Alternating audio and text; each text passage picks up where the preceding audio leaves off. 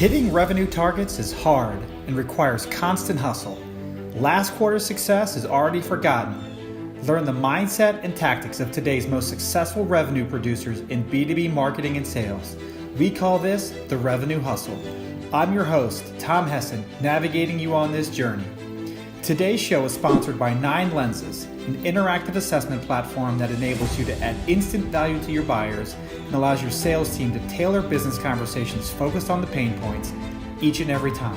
Check them out at 9lenses.com. Hi, this is your host, Tom Hessen, back with another episode of the Revenue Hustle podcast. And it is my pleasure to introduce our next guest, Meenu Popli. Meenu, welcome to the Revenue Hustle. Thanks, Tom. It's a pleasure to be here. Thanks for having me. Yeah, I'm excited to talk with you. You've got 2 exciting revenue rules. And just let me do a quick intro and I'll let you introduce yourself. But Meenu, you are the Director of Field Marketing for Storage in North America for Dell. So fantastic role, great company. Tell us a little bit about yourself. Sure. So I have technology experience of 2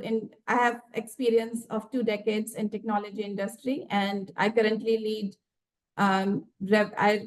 field marketing for storage in North America. And what it means is that I lead sales strategy and revenue operations to make sure that we are selling to the right customers, right time, and making sure that they have everything that they need in their data center storage. Wonderful. And we maybe we'll talk about this, but I live in Ashburn, which is the data center capital of the world. So I'm sure a lot of your Dell devices end up over here in my neck of the woods. But you know how we do this, Meenu. We do revenue rules. So go ahead and give us your first revenue rule. Sure. So my first revenue rule is you have to operate with an entrepreneurial spirit. And what it means is that you have to act as if it's your own money. And I bet this has something to do with you having an entrepreneurial background. So, but tell me a little bit about why do you think that? What led you there? Sure. So I actually do have entrepreneur background. I started as an entrepreneur when I was in college, 3rd year. I started my own software company before I moved into consulting and later into corporate. The reason I say that is it's important to operate as an entrepreneur is because when you do that, you are honest about what your strengths are. You are honest about what it means. You are a good listener because then you don't operate on just anecdote information. You do your research and you make sure that you are listening to what your stakeholders have to say about yourself. And at the same time, you are also agile to make changes. Yes, and I can resonate with all those as as a leader of a growing tech company here at 9 Lenses. And when you and I were talking, you also mentioned about the role of how you think about the money that Dell has invested in you to invest in your programs, and how you think about So tell us a bit about how do you think about the budget it's that you've been given to invest. How do you think about that with that entrepreneurial spirit? Yeah, sure. So I think the first thing that I do is I talk to my stakeholders, making sure that we understand what their pain points are. At the end of the day, we want to make sure that we are serving our customers, and sales is at the forefront of doing that. So I spend a lot of time with my sales stakeholders to understand that when they go have these customer conversations, what is on the top of the mind for customers? And through our offers, are we able to address those use cases that customers see on a day-to-day basis? And my sales stakeholders tell me that, yes, we have great products. However, here are 1 or 2, 3 things that we can do differently. And here are kind of the pain points. When we are in the field, we may have the best product in market. But when we are in the field, here is what our customers really want. They are looking for ease of doing business, or they're looking for easier contracts, etc. So the first thing is listening what our sales stakeholders are really feeling in field, and then coming back and making sure that we understand where we need to go make changes, and then based on where we can get the most ROI, put our money and resources into that. Right.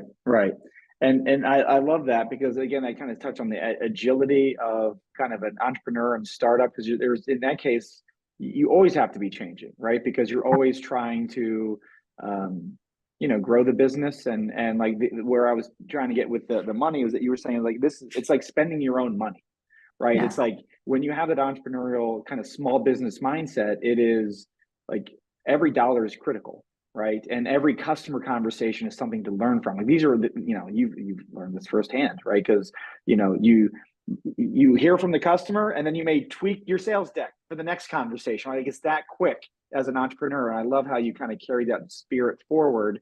I'm curious, like, how do you do that in a big company? Like, if you hear customer contracts or ease of doing business, like to me, that's exactly the right thing. You hear that feedback, but how do you go and turn to the machine and be like, this is too hard?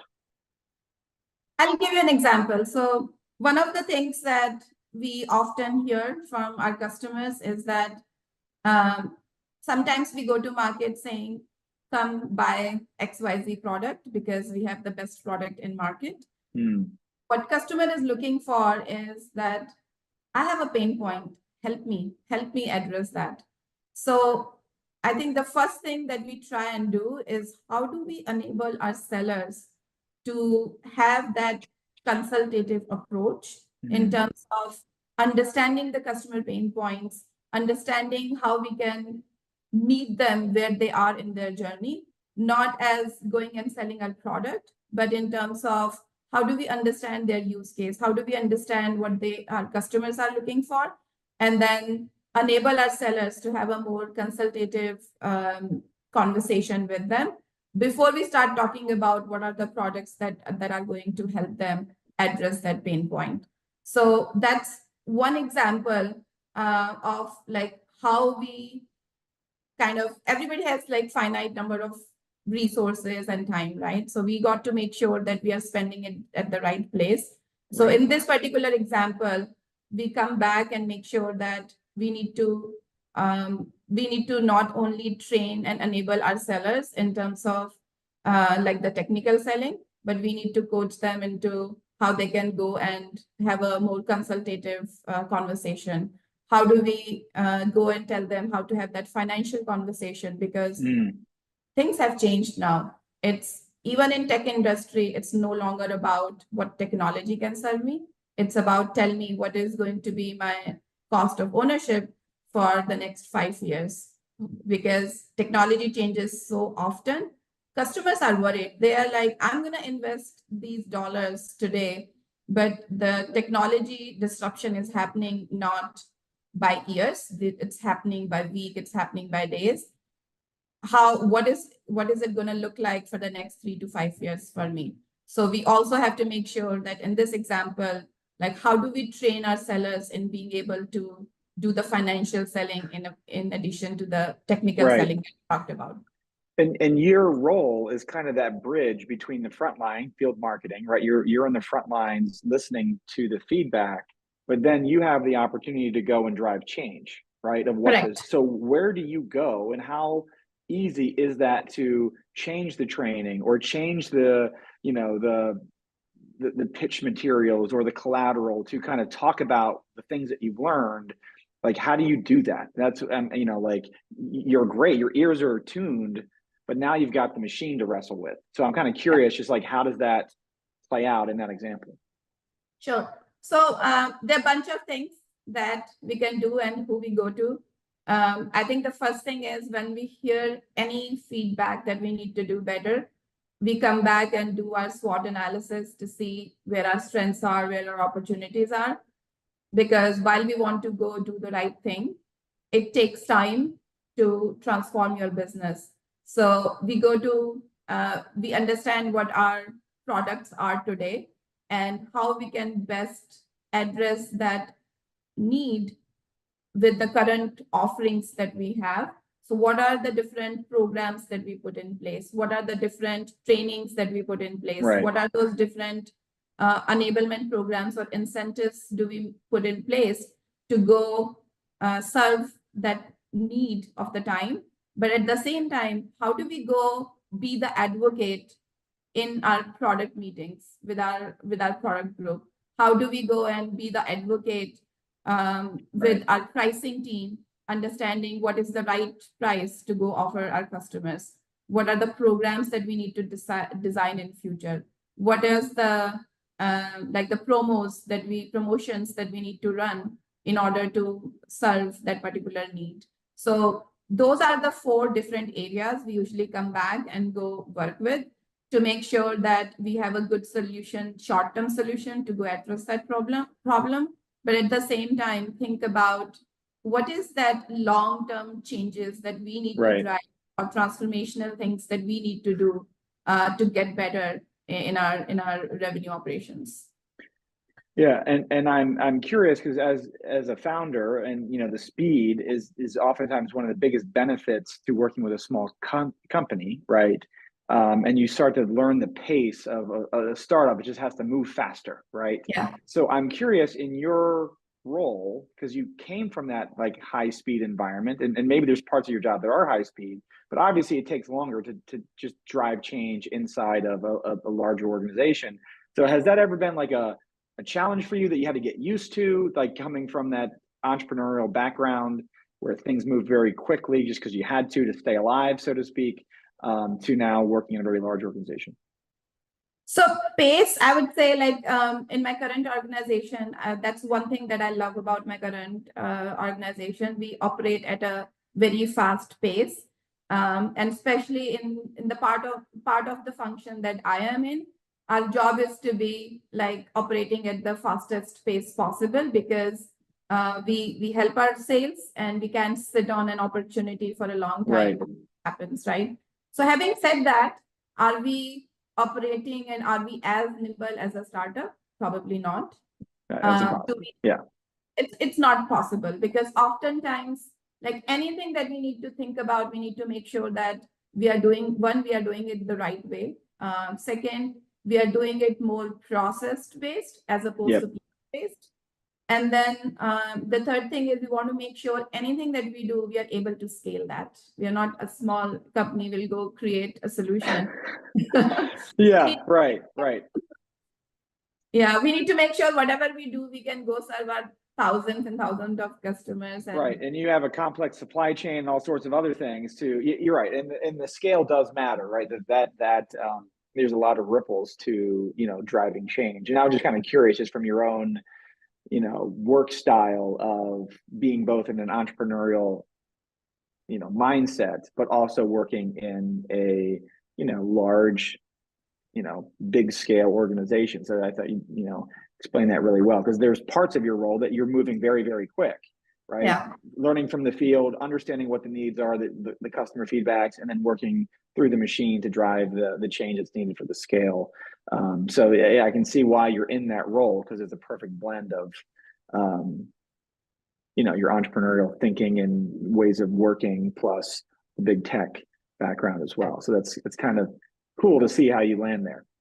In fact, like it's interesting that you asked that, because one of the things that I try and do in my role, and I would say that that's kind of the culture with the leadership that I have in place as well, that we always tend to be like very innovative, and I'm very intentional about like coaching my team as well, that you can go fill your 80-90% of the time with your day-to-day job, but always keep that 10 to 20% of the time for innovation.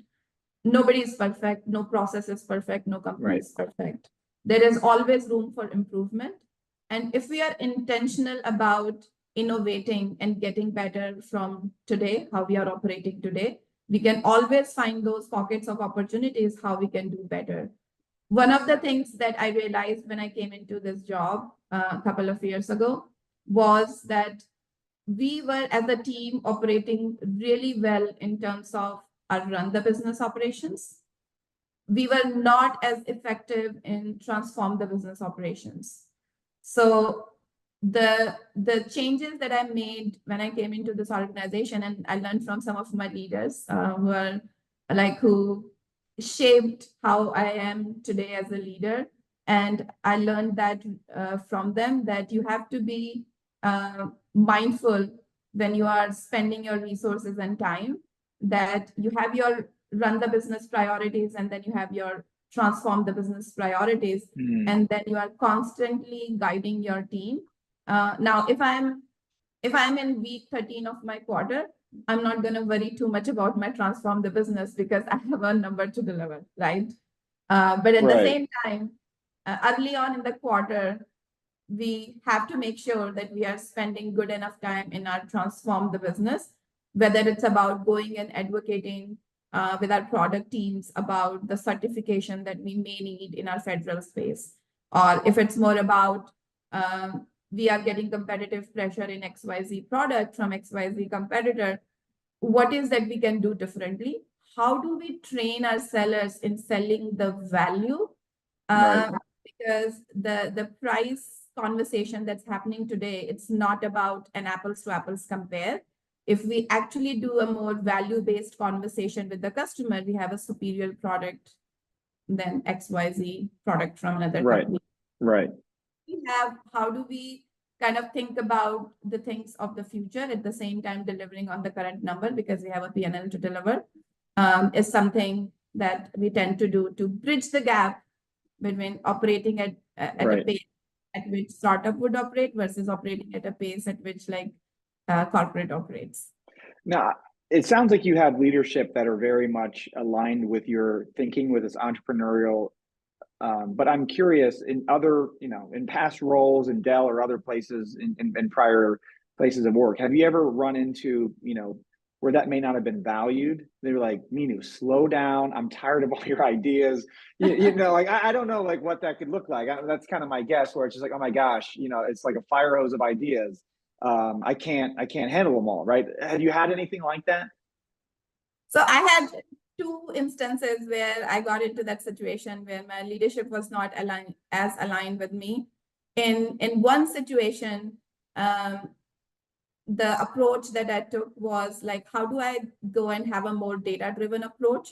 How do I show the opportunity and show the dollars which are at stake and show them a plan? So it's not about just bringing that, here is the problem statement and here is the dollars that we can uncover through that. But it's also about how I'm going to get from stage A to stage B and how that's going to plan out. What are the things that I'm going to need on the way?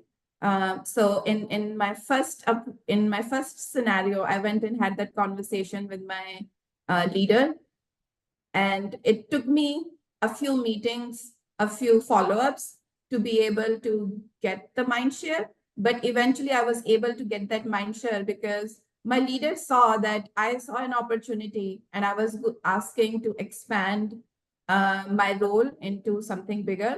And I was also asking for dollars. So I was given a challenge that go run a pilot on your own. And when you hit $1 million in a quarter, I'm going to go invest in you. So that's what I did. Like, I got the mind share. I went and ran my pilot. I came back with more than $1 million. I came back with $1 million revenue and a 10 million plus pipeline. So I got the investments from my leadership team to go drive that, because at the end of the day, some of the leaders may not be aligned to you in what you are trying to do right then and there, but everybody is trying to grow. Everybody is trying to provide that biome to their team members to flourish. So if you take in my mind, a data-driven approach, it's most of the times with majority of the audience, it clicks. So that's what happened in my first scenario. In my second scenario, it did not. So I tried everything and it didn't work. And I think part of the problem was that it's not just being able to click with data. At times, people come with their own unintentional biases because how they grew in that organization. And I've always been in roles which is very close to sales, which is very close to revenue. So I've always operated with that mindset that if I'm doing an action A, if it's not generating X dollars or X efficiency, then I need to rethink that's the right action. But there are a lot of functions within the organization to make that engine work, where people are not as close to like seeing their results right away. If you think about like thought leadership, if you think about like branding, these are some intangible things. And people who have grown in that culture to do thought leadership, branding, a lot of times they do not have the exposure to see that cause and effect right away, right? Right. So sometimes, and it was mostly that I was not able to get the buy-in in my second scenario. And my approach at that time was that I did spend a lot of time in that organization. I did learn a lot. I do not regret my experience there. I had a great time. I learned a lot, did things that I had never done before in my career. But at the same time, I made a decision that is it where I really want to grow and make my career? And the answer was no. So I found my ways, parted away from that function, and moved into an area where I really enjoy and I can That's see great. that. Yeah, because if you run it as an entrepreneur, if you run into the wall enough time to trying to drive change and speed and new ideas and new products, and it just doesn't happen, it's deflating, right? Because like your energy is you get energy from new ideas and innovation and seeing how things work, and if that's not able to, you can't do that, it's you start questioning, right, yourself. So it sounds like that's a great story. So no, I think I think all of us should be entrepreneurial, right? I mean, I think that's a really good skill to have. There's a lot of good benefits there to pull from. Obviously, some of us can move faster than others, and some of us should move faster than others. Some people should move slow, right? And some people should move a lot quicker. And then you're right, like on the edge of where revenue happens, you have to be moving quickly. So, Right. no, that was great. So one of the previous podcast speakers also said it, that I think it was more about your A players. And one of your previous speakers on the podcast said it really well, that A player in one organization may not be an A player in another organization. So you got to think about who makes A player in your organization. And probably I was not an A player in that organization. So I'm like, maybe I need to move on and try something different. And that's what I did. Awesome. And you're doing fantastic now. So that's great. Great story. So let's transition to your second revenue role. Why don't you let us know what that is? Sure. So my second revenue rule, which I'm super excited about because it's like the big tenet of making any organization or any leader successful is around talent. So my second rule is hire character and then build the skill set. And I've heard that, and you've probably hired a lot more people than I have. So tell me a little bit why that's important to you, and why you think that's the right approach. Sure. So I would say that skill set is something that you can always build if there is something that's needed and the talent that you hire doesn't bring that over. Is something that's coachable and you can build that. Attitude is something that oftentimes you can't change unless it's coming from within, that you realize it and you like to change it for yourself, right? So what I've realized is that's why for me, it's super important that you go hire and look for that right attitude that you want and that resonates with your culture.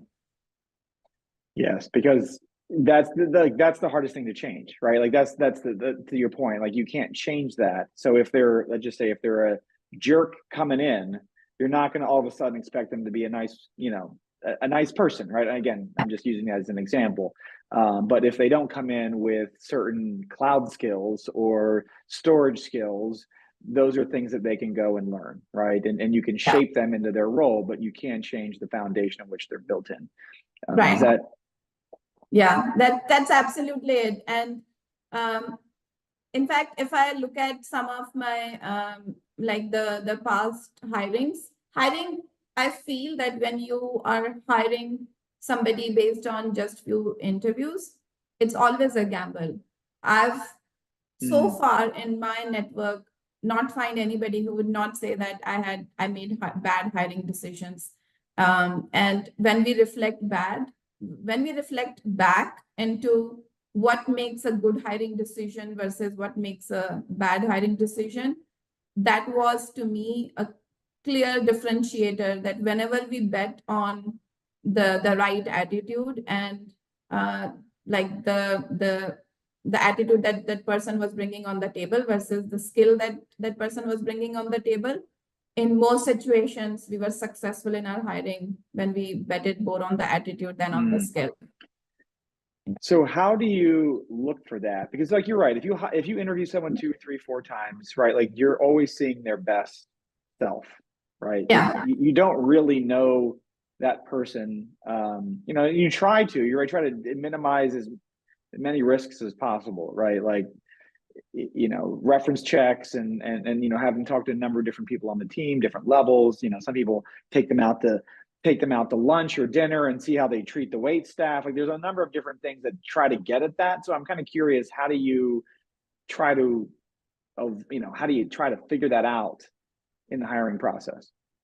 The character part. A few things that I've done in the past that worked for me are, one, I try and have a diverse group of people in the interview panel, because I strongly believe that when people come in and talk to the person from different perspectives, you can get a much more diverse feedback than just trying to interview yourself. So that's one thing that I've done.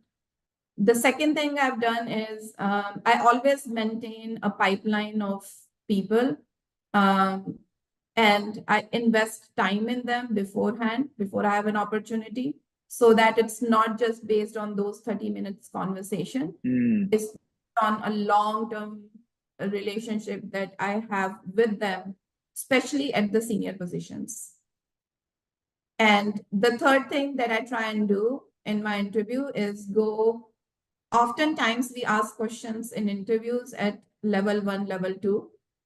Instead of asking 5 questions, if you start going deep in at level 3, level 4, the way people respond to those questions and the way they talk about like the hows of their results, it gives you some insights into how they would be as a team player, because you can get a sense of whether or not they'll be a good fit to the culture when you start going deep. And finally, the last thing I try and do, and many times people have asked me that that's a very unique style of asking questions. I try and ask people, like, in addition to what they are most proud of, what they are not proud of and what they could have done differently in that situation. Because that makes them really think about, reflect, and come back with something that like they were not successful about. And it takes a lot of guts to be able to say that I did that, but I was not successful, and here is why I feel I was not successful. So you can get some kind of insights, but at the end of the day, like when you are hiring people who you don't know much about, I would say that you can just do so much. So that's why I try and kind of get references from the folks that I really trust. Yeah, and so like you're trying to elongate the, you know, how much exposure you have by building your pipeline. I mean, obviously you're connecting with these people every once in a while. You get to build a relationship, you get to know them over time. It's not just, you know, 3 very concentrated meetings, right? That you know, that is the interview process. And it is, you're right, it is a gamble, and that's why hiring is so hard, right? I think it's there's so much unknown on both sides, right? So like that, my approach is like, I'm just trying to be as honest as possible, and I want you to select out if none of this sounds good, right? Yeah. And that'd be the best, that you either select in or select out. And again, it's just it's still hard, no matter how you do it. But sounds like you've got a pretty good process. So how do you build that pipeline of kind of character players? So like there are a few ways that you can build that pipeline. One is people who have worked with you in the past, whether they are in your direct team or whether they are in your extended teams. Over a period of time, you tend to look for people who kind of are on the same frequency as you are, from their attitude perspective. They are go-getters. They maintain high say-do ratio. People kind of you over a period of time kind of assess people that have worked with you in your broader network. So that's one way you develop a pipeline. And if their individual development plan aligns with what type of leadership style you have. That's one way you kind of build a long-term relationship with them and take it further. Another thing is that I do participate in a lot of mentorship programs where people who really take handle of their own career development. We have a structured program, and we also have kind of an organic way of that mentorship program. So I do participate in that, and I've found a lot of great candidates to that mentorship program. And the third one is Dell has some structured program around folks who are top talent. They put into some rotation programs. And I've had great experience hiring from that rotation program, because if a leader is nominating one person out of their like 100 or 150 in a top leadership program, and they're investing in them, that tells you a lot about like the starting point of that candidate. And if you build kind of that pipeline through that, it's been pretty successful in my experience. No, that's great. Those are great examples. Thank you for sharing those. So it sounds like you've always been in tech. So just take us a little bit through the early days. So you started a company in college, and so you've kind of been in the tech vortex ever since. Correct. So I started a company when I was in third year of my college, and that idea came from my internship. So I was interning at a telecom company, and like they did not have very structured programs. So I had to kind of come up with a project on my own and say like, this is what I can go do. And when I launched the project, I may be dating myself, but it was the first digital directory in my small town when we launched it. And when the GM of that organization, he saw what I was able to do moving from a paper directory to a digital directory, he was very fascinated, because like people had not seen that digitization at that time. So he asked me if I could do for the entire state. And I left. I'm like, okay, I'm gonna continue in your internship program, but that was not a possibility with the program that I was attending. So that's when the idea came that I started my own software company. And from there, it was, I never looked back. We had projects every now and then, and I continued to do that for the next 2 years. But at some point in that two years, I learned that you do need like some big company experience to know that how to operate, how to manage your talent, how to manage your operations. And that's when I moved into consulting and did that for the next decade with Tata and Deloitte. And I'd worked with great leaders who taught me how to be an inspirational leader, who taught me that leadership is not all about managing a team or delivering results. It's much more than that. And then from there, I just kind of being a computer science engineer, enjoying what I was doing in technology consulting. I never actually thought of doing anything else but technology, because like Michael Dell says it really well, that technology drives human progress. And I was seeing that. I was part of some big transformations, like when Europe moved to Euro, that's when I was part of that transformation. When Tata moved, some of the consulting companies moved to as a service, I was part of that transformation. So just these experiences that I gained over time and the pace of technology at which it was evolving, it always kept me close to being in technology. Yeah, no, that's great. Well, thank you for sharing your time today and sharing some of those great stories. I love the 2 revenue rules. Where can we follow you online? So you can follow me on LinkedIn. I'm not on other social media, but like people can follow me on LinkedIn, and like I'm active on LinkedIn. Wonderful. Well, thanks again for being a guest today, Meenu. I loved the time and the conversation. Let's do it again in the future. That sounds good. Thanks for having me, Tom. I really enjoyed our conversation. Have a good rest of the day. Thank you for tuning in to The Revenue Hustle. This episode has been brought to you by 9 Lenses. Close more deals with interactive assessments. Check them out at 9lenses.com. See you next time.